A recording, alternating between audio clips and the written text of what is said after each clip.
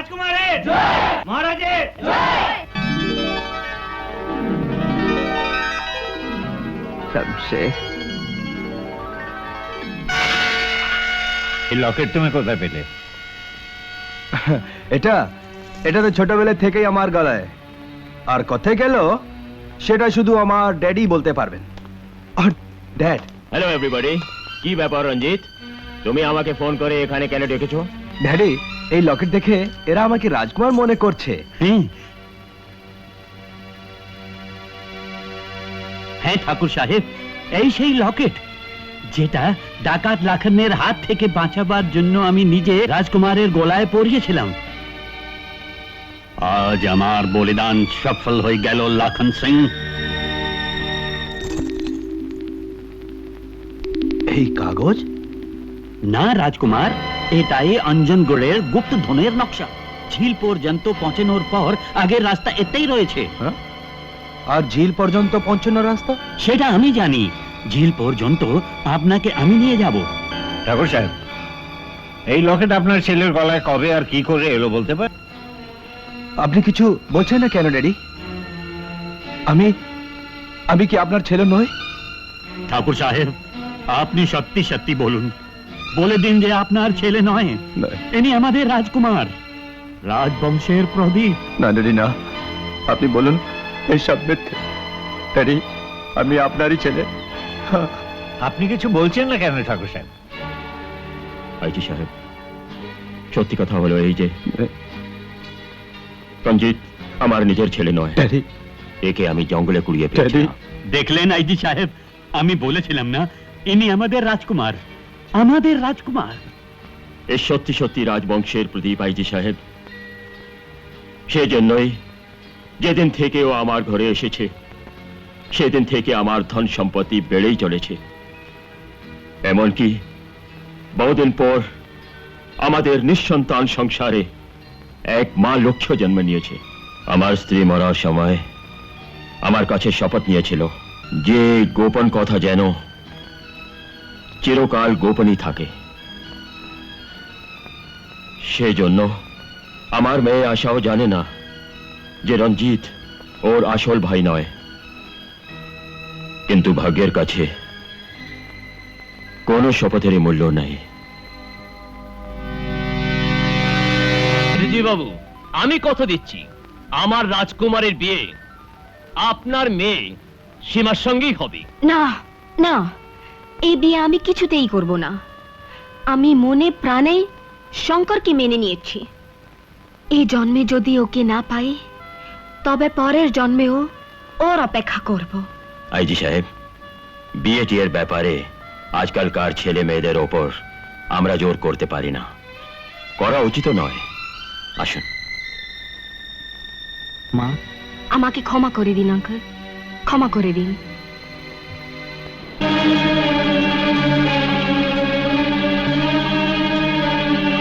Look mister Annie, আমি ওই প্লেনে স্কুলে বাচ্চাদের সঙ্গে ছিলাম। আপনার এই বন্ধু বাচ্চাদের অটোগ্রাফ দিতে দিতে অজ্ঞান হয়ে যান, আর ওই দাড়িওয়ালা ডক্টর ওনাকে অ্যাটেন্ড করেন। উনি রামনগর এয়ারপোর্ট থেকে ওনাকে অ্যাম্বুলেন্সে করে নিয়ে যায়। আর হ্যাঁ, উনি সিগারেট রোল করে খাচ্ছিলেন। সিগারেট রোল করে খাচ্ছিল?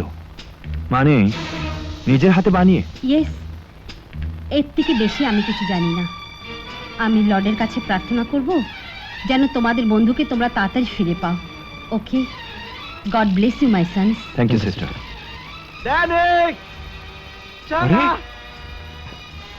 শঙ্কর, তুমি কোথায় ছিলে? কোথায় ছিলে তুমি?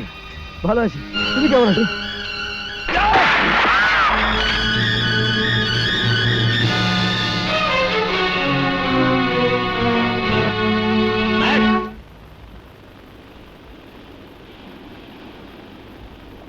কি হলো? স্যার, প্রথমবার আমার ফায়ারিং মিস হয়ে গেল। শেষ মুহূর্তে শঙ্কর এসে ওদের বাঁচিয়ে দিল। What nonsense! শঙ্কর তো কিছুদিন আগে মারা গেছে। নো স্যার,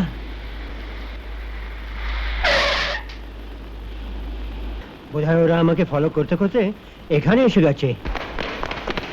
মনে হচ্ছে তিন মূর্তি একই সঙ্গে মৃত্যুকে আলিঙ্গন করতে চায়। তুমি চার্চের পেছন দিক দিয়ে চলে যাও। ওই সেই পাদ্রী।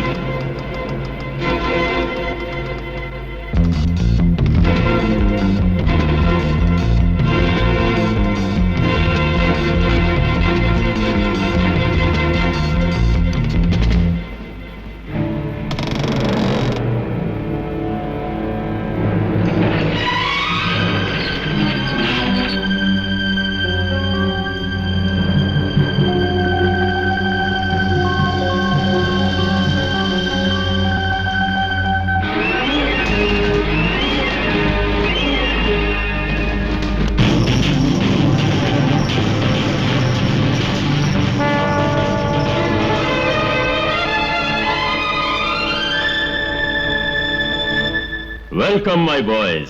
আমি তোমাদের বলেছিলাম না এ আসল পাদ্রী নয়। You are right. তোমার স্মৃতিশক্তি সত্যি প্রশংসার যোগ্য। ঠাকুর সাহেব, আশার বাবা। Yes my son. এই শয়তানি সেদিন এয়ারক্রাফটের উড়ান দেখছিল, যাতে তুমি দিল্লি যাচ্ছিলে। তার মানে প্লেনে জন আর ডাক্তার? হ্যাঁ, ওই ডাক্তার ছিল আমার সুপুত্র রঞ্জিত। এর মানে অ্যাম্বুলেন্সে তোমার গুন্ডা রাইড ছিল? হ্যাঁ, রাইট, তুমি ঠিক ধরেছো। আচ্ছা, তাহলে আপনি আমাদের মারবার জন্য রেলওয়েটাকে বেঁধে রেখেছিলেন, আর ওই লোহার দাঁতলা লোকটা আপনারই পোষা কুকুর। অফকোর্স, এবার সেই কুকুরটাই তোমাদের হাড় চিবিয়ে খাবে। তার আগে আমরা এই তোর রক্ত চুষে খাবো, হারামখোর।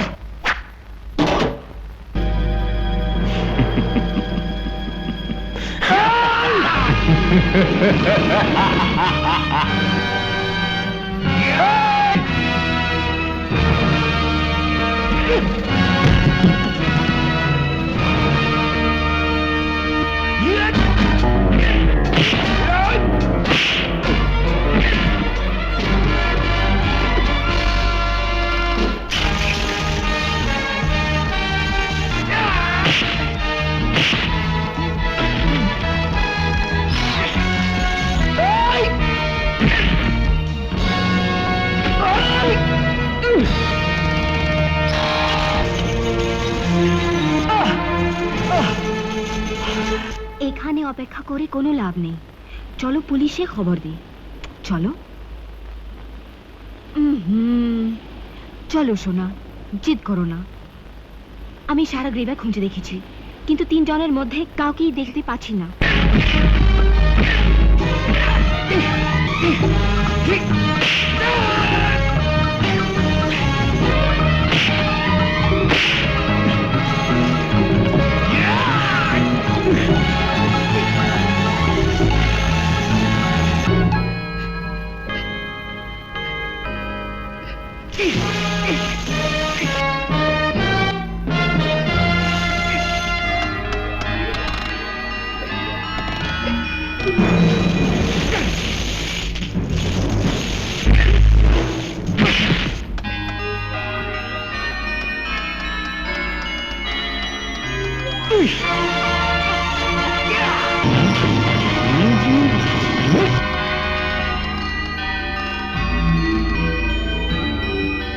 মন্টু, ভগবান তোমার প্রার্থনা শুনেছে। ওই দেখো চোর রাস্তা, নিশ্চয়ই ওরা এখানে আছে। ড্যাডি, ড্যাডি, দাদারে কি হয়েছে? সব উল্টো পাল্টা বলে গেল। আজ থেকে ও তোমার দাদা নয়, ও আমাদের শত্রু। আমাকে বলছে আমার শরীরে নাকি ডাকাতের রক্ত। খুব বেড়ে চলেছে হারামখোর। তুমি যাও। কিন্তু ড্যাডি, যাও।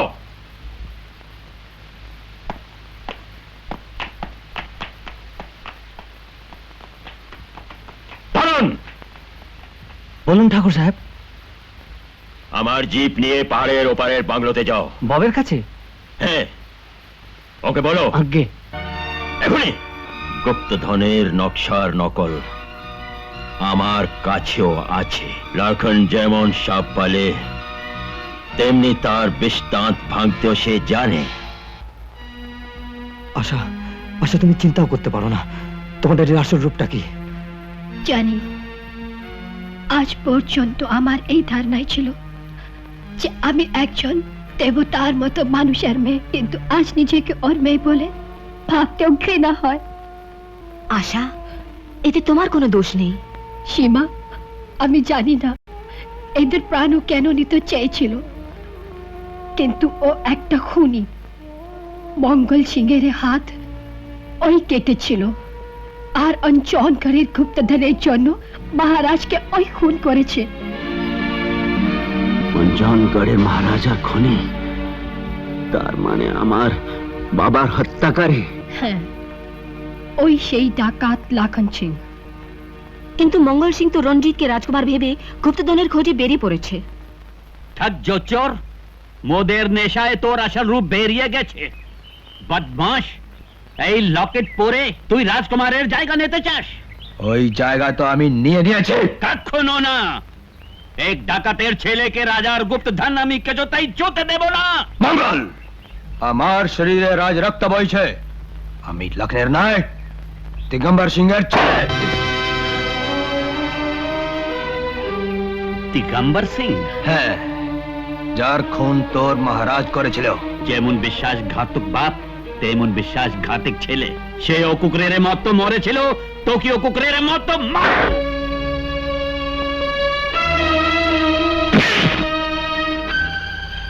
লাখন ভুল করেছিল যে শুধু তোর হাত কেটে ছেড়ে দিয়েছে, কিন্তু সে ভুল আমি করব না।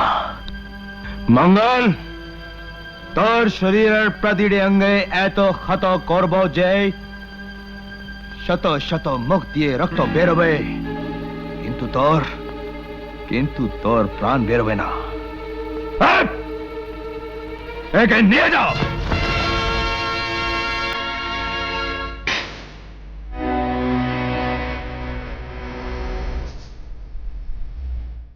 এখানে তো চারিদিকে পাহাড়ি পাহাড় রাস্তা, আর রাস্তা তো আমরা কেউই জানি না। আমরা সব আলাদা আলাদা যাব, আর নিজের রাস্তা নিজে বানাবো।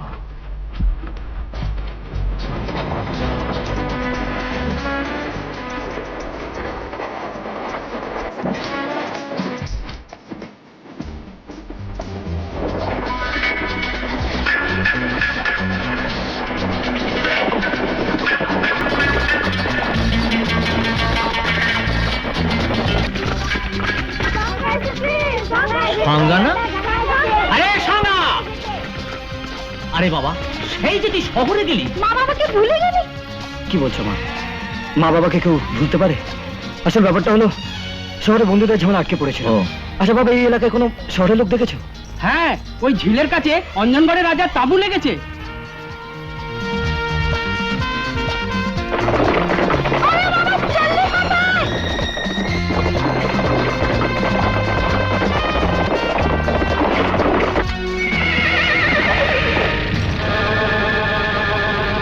মঙ্গল কাকা,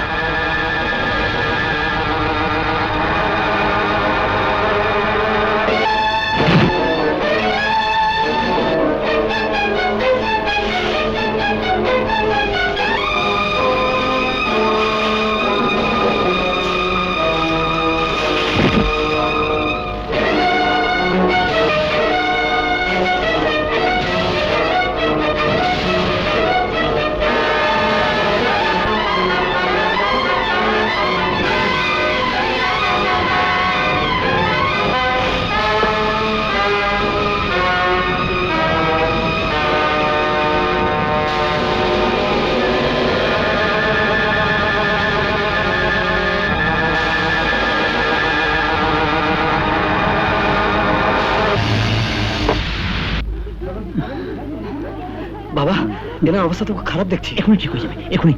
গোগা, যা শিগগিরি যা, এখনই ওই সঞ্জীবনী মলম নিয়ে আয়। চিন্তা করিস না, যখন তোকে ছোটবেলায় অঞ্জনগড় মহলের বাইরে পেয়েছিলাম, তখন তোর পিঠও তলোয়ারের খোঁজে ক্ষত বিক্ষত ছিল। তলোয়ারের খোঁজায়? হ্যাঁ, অঞ্জনগড়ে রাজকুমারের জন্মদিন ছিল, আর রাজমহলে ডাকাতরা হামলা করে মহারাজকে হত্যা করেছিল। এ তো আমারই ছেলে। আগে?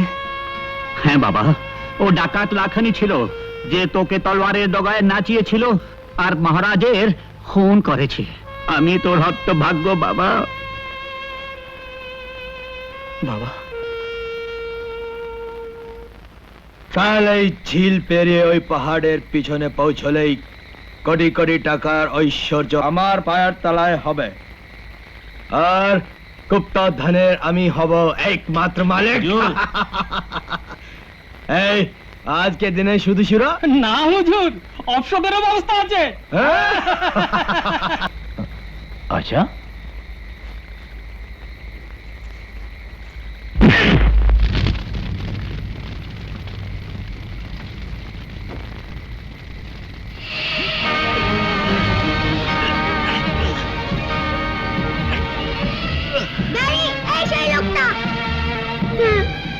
এই লোকটাই আমার মাকে মেরে ফেলেছে।